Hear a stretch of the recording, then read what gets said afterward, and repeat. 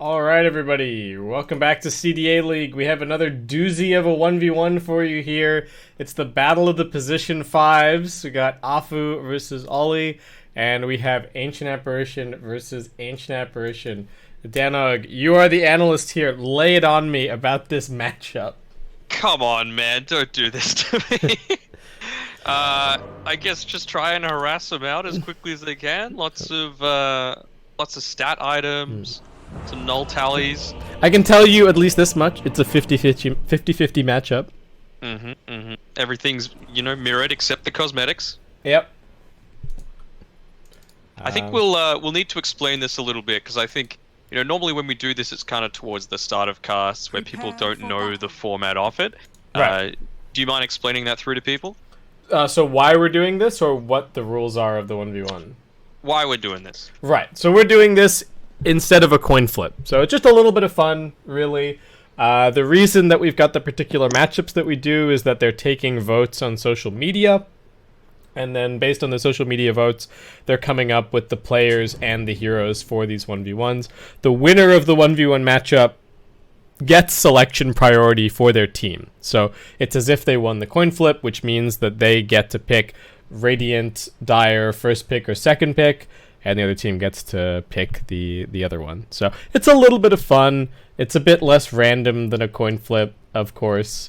But I think for this kind of event, it's cool. And it serves for some cool community engagement. Oh, and Afu is saying no blocks. He can't be stuffed blocking, come in. basically. They're gonna dance to each other? Does Ollie even have the dance equipped? That's what I want to... Deny his branch. Get him, Afu. The battle begins.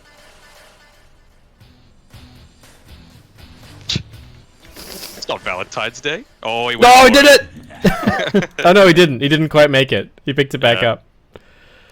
Ooh, that was close. Gives away the fact that he has... I guess he has some more info there, but not a big deal. All right, here comes the chilling touch harassment. Who's got the better CS?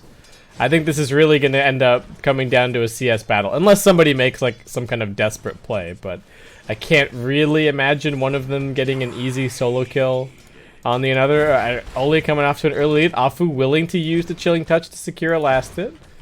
Will Oli do the same thing? Afu trying to zone him back a little bit, but the creep situation getting a bit dicey. Alright, range creep secured. 2-1 against 2-0. Ooh, a little bit of a missed CS there. Both of these players, if you're going to play position 5, you've got to be good at last hitting. Or at least getting the denies off. Yep. Well, I think you also need to be good at last hitting, because when you do get a precious few opportunities in the mid game to grab a few CS, it's really important that you don't miss them. Yeah. Miss one, and that's half your last hits for the first 10 minutes of the yeah, game, exactly. We were talking about the mirror matchup. They actually started with the exact same items, had the exact same items in their quick buy, and I think Afu just got his salve delivered a little bit earlier than Afu's just tanks the stun. Yeah, they're both doing very similar things so far. There's a chilling touch. Salve from Afu. Ollie's still holding on to his. Comes back in, actually gets the salve cancel. So I think Ollie just needs to wait for the next chilling touch now, and then he'll be able to salve potentially and be pretty aggressive. If he so desires. Does have a tango running currently. The important thing as well is this game is probably going to go on for longer than the Razor v Broodmother matchup that we had for the previous the series. 3.5 minute GG, of course. So Ollie's still winning this. He's got the health lead now, slightly. Not actually as much as I expected, perhaps. And Afu does already have his null talisman out here. He's getting it delivered now, so and should be fine. They've both got no regen currently. Need those couriers to get back, and Afu's going to be ferrying tangos and a salve. That mango regen, man. Yeah, don't knock it. That's true. 0.6. It's viable if you get a full stack of them. Ollie's actually getting chunked down really heavily, and his courier is quite a ways away. Chilling Touch on cooldown for a little bit for Afu, but he's completely taken control of the lane here, and just goes to show you how important the regen battle can be. He's behind on CS, but a little bit more proactive with his courier and his regen usage, and it's now paying dividends. Because he will just be able to sit here and get all the denies. Oh, okay, I had to decide on getting that that last hit instead. Alright, doing well. Needs to get this range creep denied. Maybe a little aggro trick once he gets back in sight. Yeah, there you go. Oh, didn't get them onto the range creep. While this is going on, do we want to also just talk about, you know, the general format of the event with the bounty leaderboard and all that sort of thing? Yeah, for sure. Give us the inside scoop, Danog. Sure. So basically, with it all, every single game matters. It's not one of these things that even if you're sitting down towards the bottom of the table, you know, it's like, well, last few games don't really count. You don't need to really keep trying. Because each game they win, they actually win a little bit of money. So not even each series, each game. I think it works out to about $650 American per game. So if you win a series 2-0, it's $1,300 dues right there. So not a bad little chunk of change. And when you consider that you have to play 9 different teams, that's a lot of money that you could be racking up for yourself. Yeah, and then also decent prizes for the actual placement. Top 6 as well. Yeah. Man, this is so even. So to remind everybody of the rules, it's supposed to be first to 2 kills or 1 tower, or if at 10 minutes, then it goes, it's like kills, gold. I have to go I'll look it up. Yeah. There's like a series of tiebreaker rules for... Yeah. So, yep, standard 2 kills or destroy 1 tower. It's probably going to be the kills, let's be honest, for this game. If the game doesn't end in 10 minutes, the winner will be determined by the following rules. 1, play with more kills. 2, higher net worth. 3, last hits. 4, denies. 5th, toss a coin. I think this is going to end when somebody gets Ice Blast, to be honest. The Chilling Touch harassment is not being out-healed by the constant regen spamming, so I think someone's just going to get caught by a Chilling Touch plus Ice Blast, and that'll just be the end of it. And they're dead even, 20-6. Looks like Afu is going to get that level 6 a little bit faster, though, because he forced Ollie out of the lane earlier. There's that level 6. Here comes the Ice Blast. Oh, but Ollie sidesteps. He's going to be fine. And now, you see how he walked off to the right to try and even just clip him with it? Yeah, he wanted to at least get the damage over time. Okay, well now Ollie's going to get his opportunity. He's running for it. He just wants the Chilling Touch slow first. So he's kind of taking the advantage for a second, but again, still very, very even on the CS. 23-8, 21-8. Salve coming in. Ollie going to try and stay up at full HP, but that does get canceled pretty quickly. Mana's quite low. Oh, bad luck. The Chilling Touch gets evaded uphill. Wait, are raindrops allowed?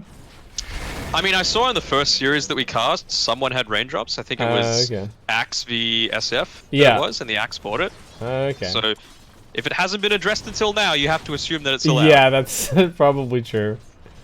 Okay, well, Ollie not even opting for it. He's just trying to build up a bracer currently. Salve from Afu. They both reestablished their vision. I haven't seen any more attempts on the Ice Blast, even like from Fog, though. Afu charging up the mana now. Oh, there's the Ice Blast. Ollie once again. Very nice sidestep, though. Sidestep king so far, but needs to do a little bit of HP and mana management. He's only got the 1 salve coming out and a single mango. And these Chilling Touches are starting to add up. I think this raindrop might actually be the game-winning decision for Afu here. Yeah. Blast. We've only got a couple of minutes left, or 3 minutes, until this game is just going to be decided by that 10-minute marker. You could see they were sitting right dead even on the net worth, but then Ollie ate up a bunch of mangoes and used a salve and just dropped way down. Yeah, so advantage Afu. God, this is so close, though. Oh, Afu's chasing. He doesn't have the mana for Ice Blast, though.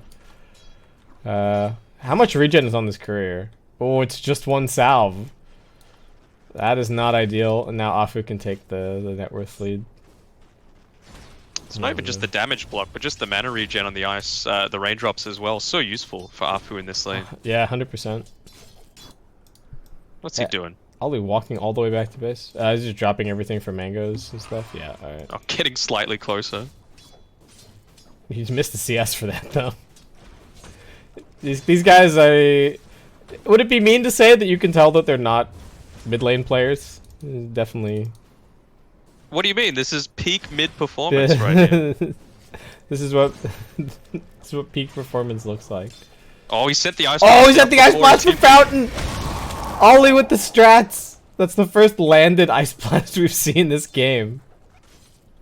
And he's going for the one bracer as well as the null tally, so something a little bit different from the double null tally from Afu. If it comes down to a trade, he might actually be able to fight it out a little bit better. Oh, tries to sidestep, but it doesn't work. But he just turns around, he's going to go for the kill. Afu gets auto-attacked down, and there's your first blood. Afu calls the GG. Ollie with the comeback from behind. Alright, well, shows that you don't always need to win the trading battle if you can make some big plays happen, and it will be... it'll be IG that are taking the pick or side priority for themselves. So we'll have to see how that turns out. Shame for Keen. I think they need all the help they can get. They're 0-4 so far in the league. They have taken a couple of games, in fairness, but and they have played fairly strong opponents so far. They've played Vici, LGD, and Sparking Arrow. Okay. So, and then the other team was RNG. So, 3 of the top teams, and then 1 team that's on the bottom half. But still, hasn't been the greatest of starts for them.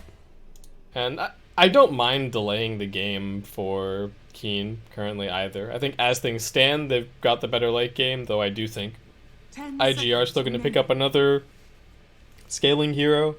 Unless they just want to run this as like a super, go fast, end fast kind of a thing, which it could certainly be, based on the idea of having this Prophet as a core.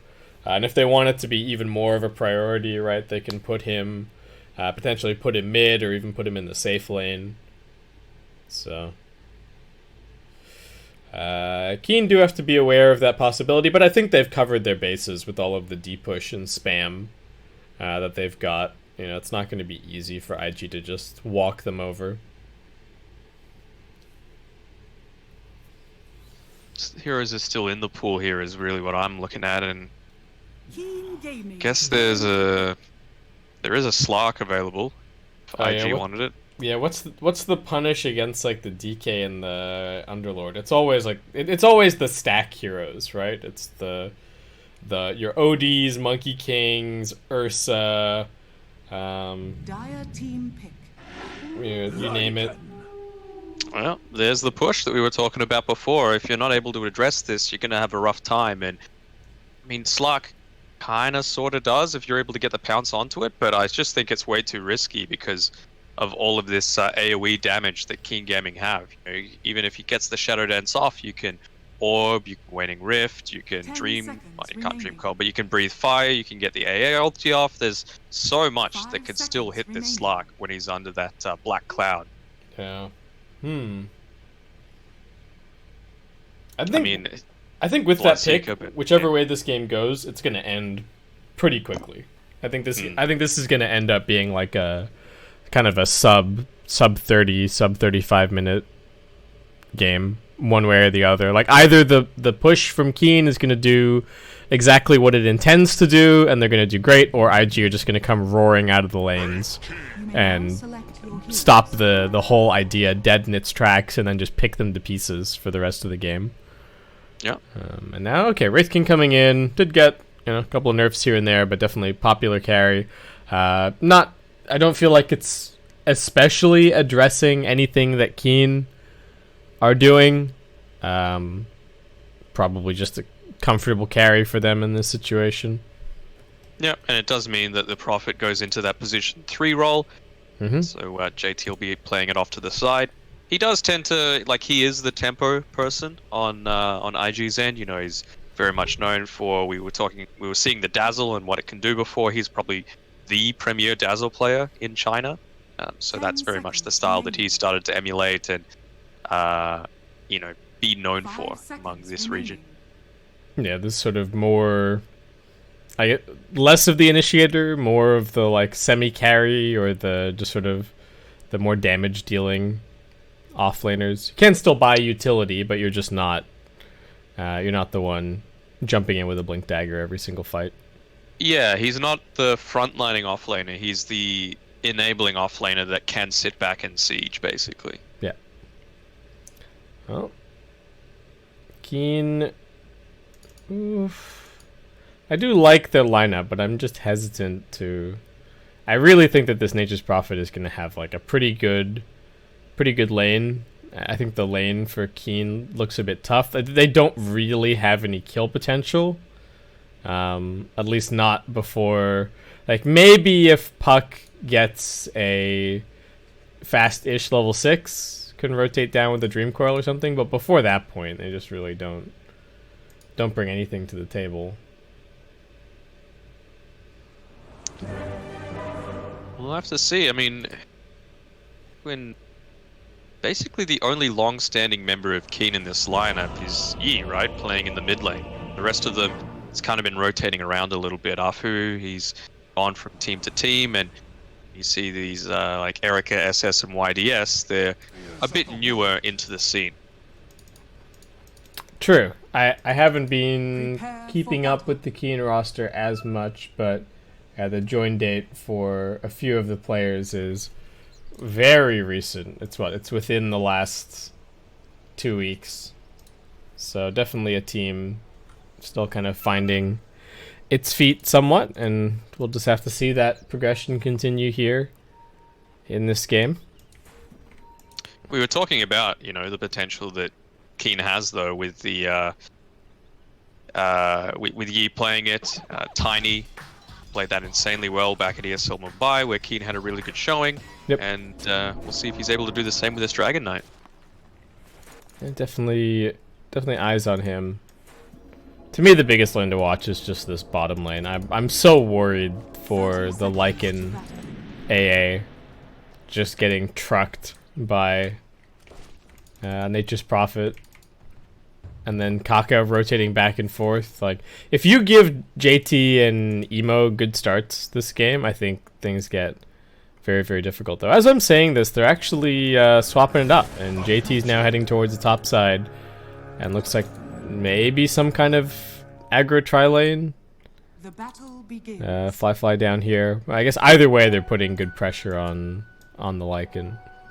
But maybe Wraith King doesn't want to play against the Underlord, something like that. Yeah, I mean, JT, he should be relatively fine early on. He's going to be able to harass out a lot of what they're trying to put forward with this Puck and the Underlord combo. Just with that Blightstone, you know, it makes it very easy, especially with the attack range, the attack speed, to get a lot of harass going through. Yeah, I do love running an aggressive tri-lane when you've got a Nature's Prophet as well. Like, if JT just sits up here, even pre-6, it's basically like a quad lane threatening this opposing safe lane. And once he gets 6, he can very easily just wrath his lane, bounce it all the way over to the other side of the map, TP in, and get 2 kills and take the tower. So I think this is actually a really dangerous spot for Keen. Like, not only is their tri-lane versus tri-lane worse, but this Nature's Prophet is going to come and ruin their day at least once or twice. So I think this is actually really smart from IG. Kaka, he's taking a bit of hits though.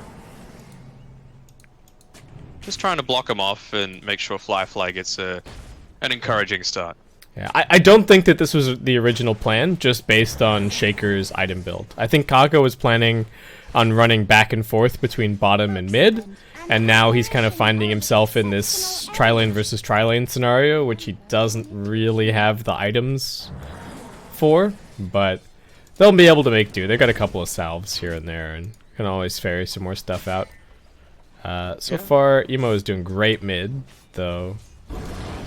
Dragon Knight's got a couple of creeps coming out of the tower here.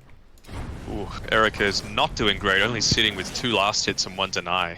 Just a very different story when it comes to this Wraith King. Just the effect that pushing it underneath that tower has early on into the piece. And always so threatening. I don't know how much damage the IG tri-lane necessarily has. Quite a lot of lockdown. Maybe a bit light in the damage department, but of course that's where the Nature's Prophet's going to come in later on. And his counterpart is just so bad at any kind of response TP as well. Like, Nature's Prophet TP's bottom and Underlord TP's bottom, and then what does Underlord do? He, like, kind of waddles up and casts Firestorm. It's just not very scary. Yeah, you'd have to think that the instant reaction to that should be Underlord just pushes as hard as possible to try and get that lane underneath the tier 1 tower on the top side. Emo with the chains of mid, putting some damage on the DK, but he's got 2 points in Dragon's Blood. I think he's going to be just fine. In fact, just mans up, starts laying him with the auto attacks. Action at bottom, little silence, lots of stacks on this Lycan, but it is only a level 1 poison. Not the best situation for Puck, and there is a stomp coming in as well. We'll be able to jump over to the other side. Fly almost brought down these wolves, but the stacks and the auto attacks too much from Oli, and they will draw the first blood.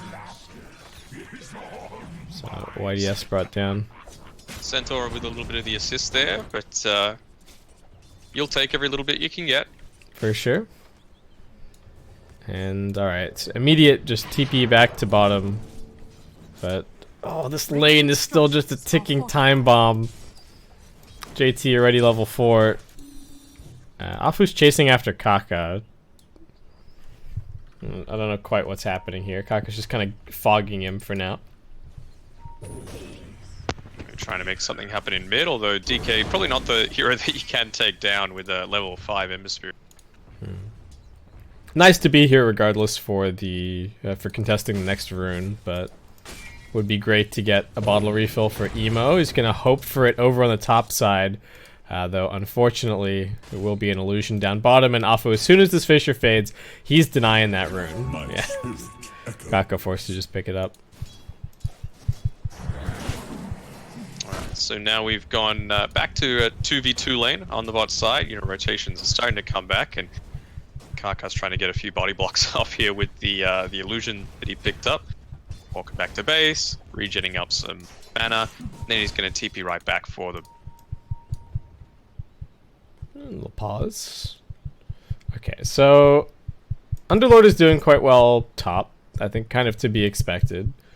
Nature's Prophet now level 5. Underlord a little bit ahead of that, just going for lots of points in the Atrophy Aura early on, so making it a bit harder to CS, and then also bolstering his damage nice and easy. Understandable. Yeah. Still holding on to 2 skill points on this Prophet as well, so, you know, depending on how that bot lane goes, he can go for something a little bit more gank oriented if he needs to.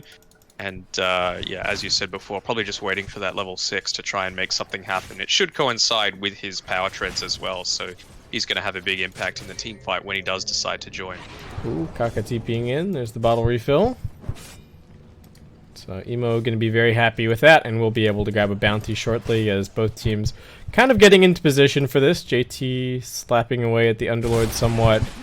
Is he going to TP for a bounty rune here, or is he just going to let Underlord run them out? Looks like they will get both of them on the bottom side. Do they have enough chains done for the Puck? Nice slight chains as Emo comes down here. And I think that is actually going to be the end of Puck. It's only 1 point, but I don't think he can jaunt. No. Nicely done by IG, getting a kill, and they're going to get all of these bottle sips for Emo in the meantime. Yeah, and we see a bit of a change up as well with this Wraith King build. You know, we've seen in recent times the 0-4-4 build, not even getting the single value point in the stun, just because that's really not what you want to be focusing on. But in a tri-lane scenario, it's a very different kettle of fish.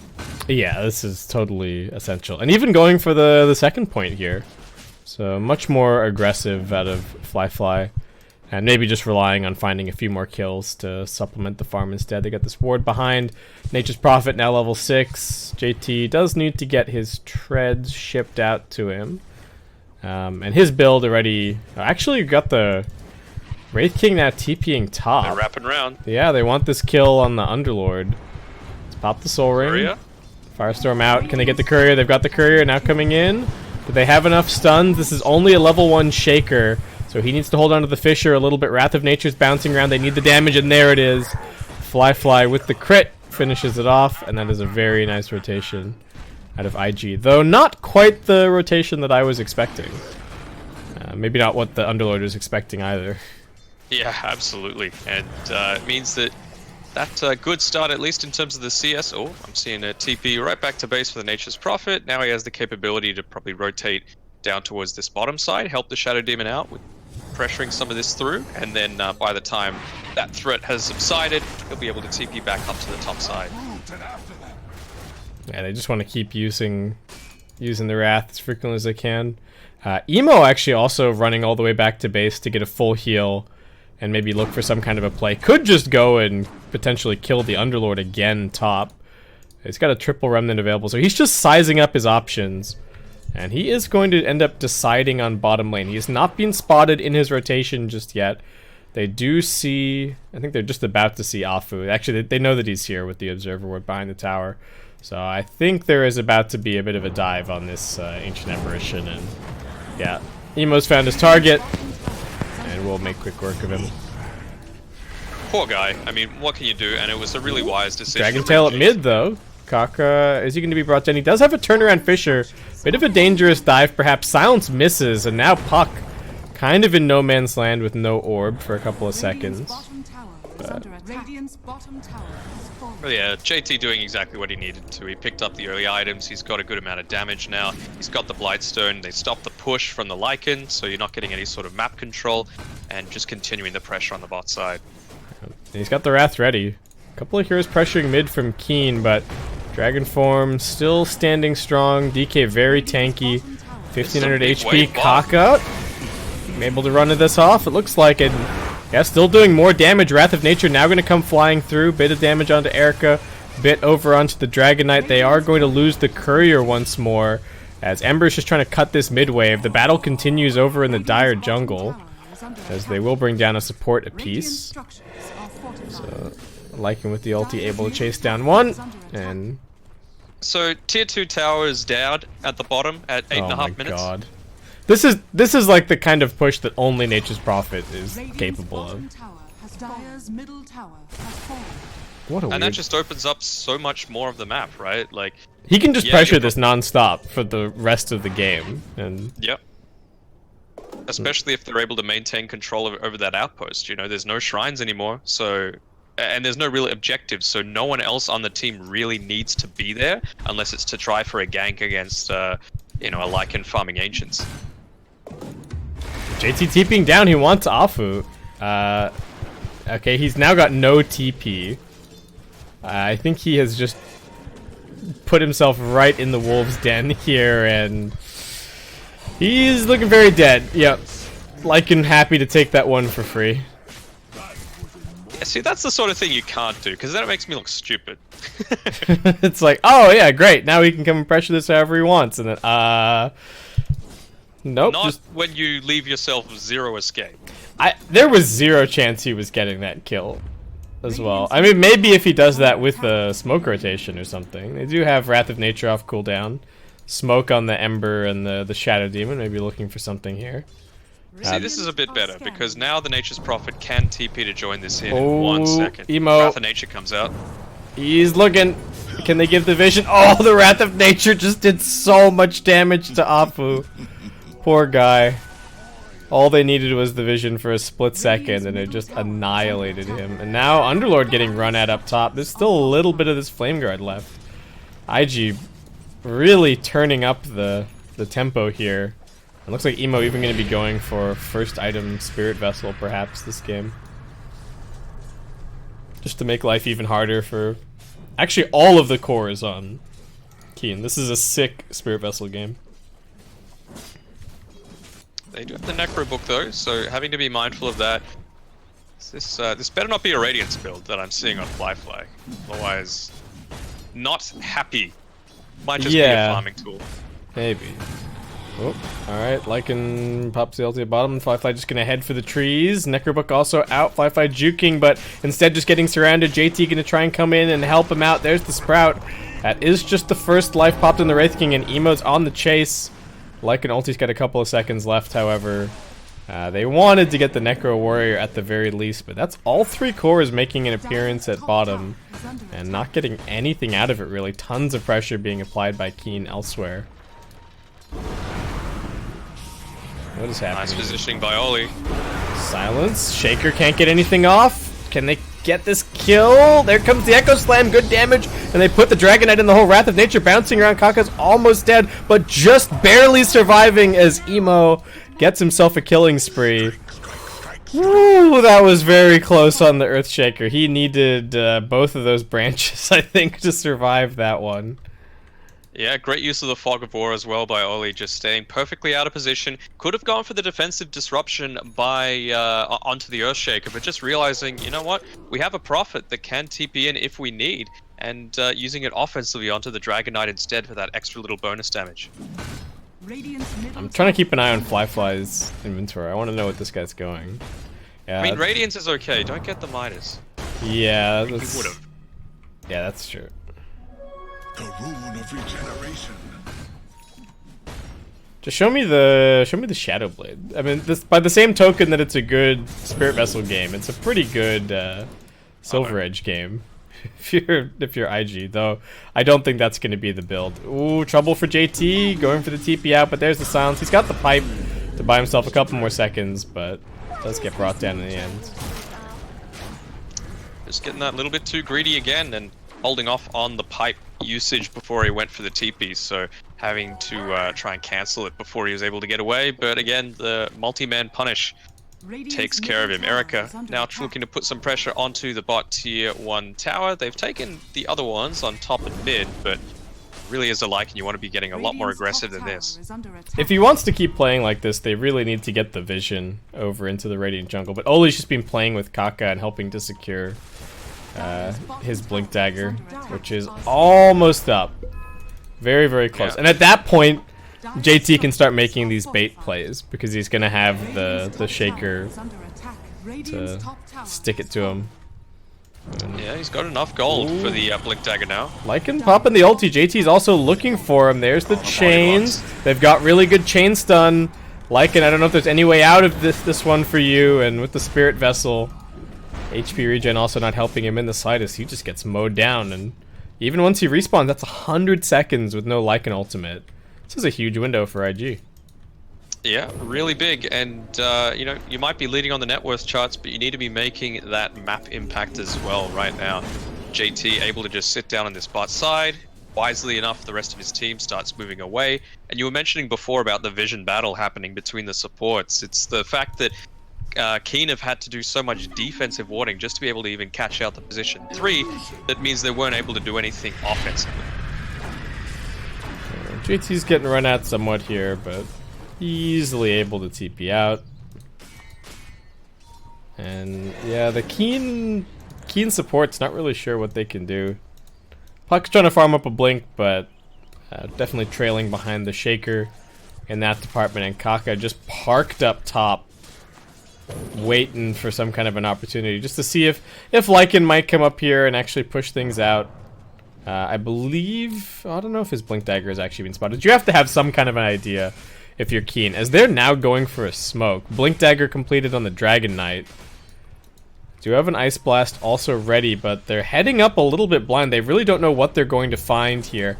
As nighttime does fall, they do know that bounty runes are ready to be claimed, but if they can't get Kaka, this isn't going to be a great fight. No, doesn't even try for the Fisher, just gonna leave Oli to die, and Kaka retreats to try and take this fight another day. At the end of the day, though, it's 2 ultimates being used for a position 5 support that's now going to be up in another 15 seconds. So IG, if they want to, can immediately start to try and turn this around. They could perhaps TP through. Puck walks straight into the Earthshaker, but he jumps in. There's the Echo Slam. Not a lot of damage on the Dragon Knight, though. The burn damage from Emo now starting to go in. I think that was an attempted Underlord TP, but the creep just died, so nothing that he can do about this fight. And Puck, well, also just waiting around here. IG not willing to take the full team fight. Just going to try for the TP out. Is Kaka going to get caught here by the Underlord? It doesn't seem like it. He's busy shoveling. Kaka's still just hanging around, in fact. Okay, now goes for the TP out. Got the Radiance on the Wraith King, and they're going to immediately take that item and use it to start pressuring on the mid lane. Radiant's middle tower Yeah, picked up is the under Vampire attack. Fangs as well, so all of that lifesteal even more beneficial for him. He should be able to honestly just sit there and tank it. He's in no danger of dying right now. Pipe comes out. Underlord shows his face. Needs to be careful. The Spirit Vessel, he's getting burned down. I don't know what he was thinking. And now he's gone. Emo back behind the tower. Puck in a little bit of a compromising position. Will be forced to jaunt away.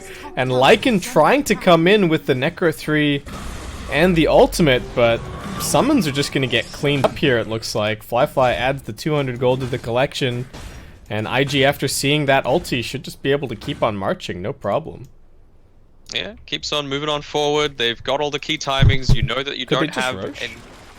Yeah, they can easily just push. There's no Lycan ultimate. He's got level 3 Necro book, but that's still got 50 seconds cooldown on it.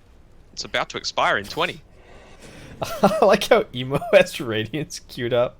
I'm sure he'll change his mind in a little bit, but he's just like, man, I'm owning. I'm having a great game. I'm gonna buy my good game item, though. Not sure if he still wants to go that with what the Wraith King already has. Man, that Imp-Claw, so good. Dire are I want to see him go something like a crit stick on Emo here. Just because of the few times that, like, a Lycan's not going to want to stand around and take the ticks from any sort of ongoing magic damage. Same thing with a Puck, so you just need to be able to burst them down as quickly as you can. Ooh, Afu wanted to de-ward on the high ground. JT and Oli are going to make him regret that decision. They just wait. Well, they were waiting for the Wrath of Nature, but I think it ran out of bounces, so JT's just going to have to do it the old-fashioned way. Auto-attack him down. Whitey, yes, he pops the Dream Coil onto this Ember Spirit, but he's going to drop down anyway. Don't tell me Emo's really going to buy... He's still got this Radiance queued up. I'm worried. Danog. You mean double Radiance, bro? Just take control of different areas of the map. Just never take a team fight with your Wraith King. Exactly. Only fight elsewhere, then it's value. Use that pub mentality. Does JT have his Deso? Yes, he does. Okay, so very easy Roshan, if they ever want to go and take it, and not a complete stranglehold for IG, I would say, but just hard to find the bright spots for Keen currently, as an Echo Slam gets dropped on mid. Dragon Knight getting burned up. The Silence looking for the turnaround. Do they have enough? They're keeping him alive for a second, but one more slight brings him down. Now the net onto the Puck, unable to jump away. YDS using everything that he had, jumping into that fight. Underlord also left out on an island. Is this rift going to be enough to get him out of here? Looks like it should be. He gets sent back to the fountain, but again, just no sign of an actual team fight being taken by Keen. They dangled the Dragon Knife, but there was no tangling to be had.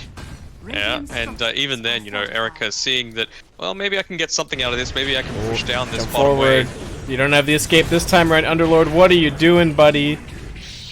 Puck comes in, but that's just a wicked 6 streak.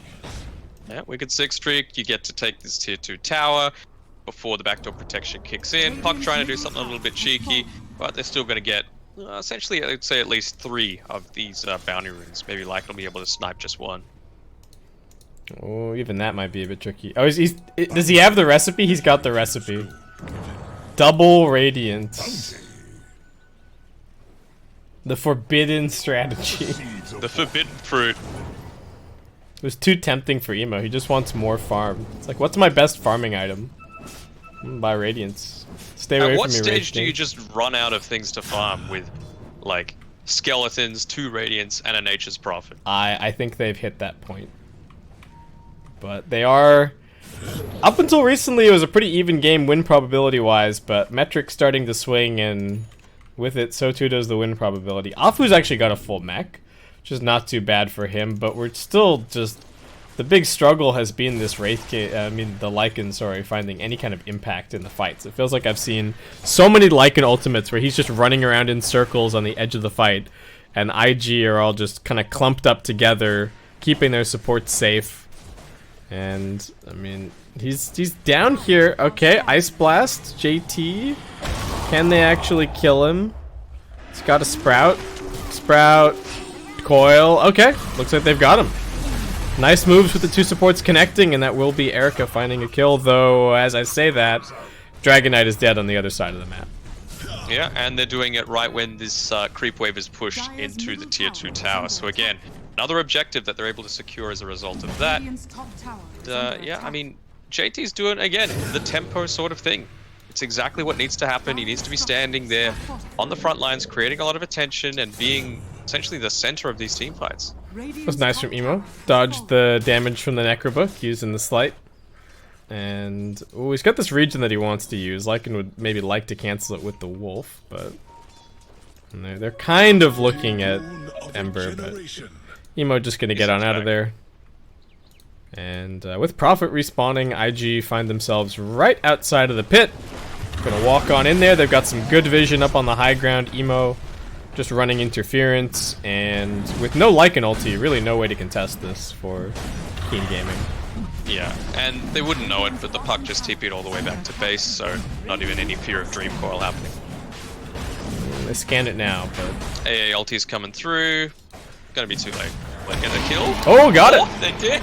Nice! Alright. Well, that was definitely the best that they could have hoped for, given the circumstances. But IG immediately looking for blood. Nice smoke break from the puck. And now just on the retreat, though, is getting chased. And Kaka, if he lands this first stun, that might just be the end of the puck at that point. Yeah, walk up, secondary stun. See you later. Fly in the meantime also finding out the Ancient Apparition. Afu brought down. And Keen Gaming scrambling to get these lanes out as quickly as they can. Dragon Knight, even with the ultimate pop, just pushing out top lane. Really wants this BKB. Can't afford to get caught here. Oh, he hasn't TP'd yet. Blink, TP. Emo is on him. Important that he blinked first. Just a couple of seconds too late. JT's just a ratting machine. He's gone the Desolator as well, and then, of course, anyone that's able to TP into him, especially in kind of melee heroes, you just pop the clumsy net on him and right-click him down. Lycan is still trying to dodge around.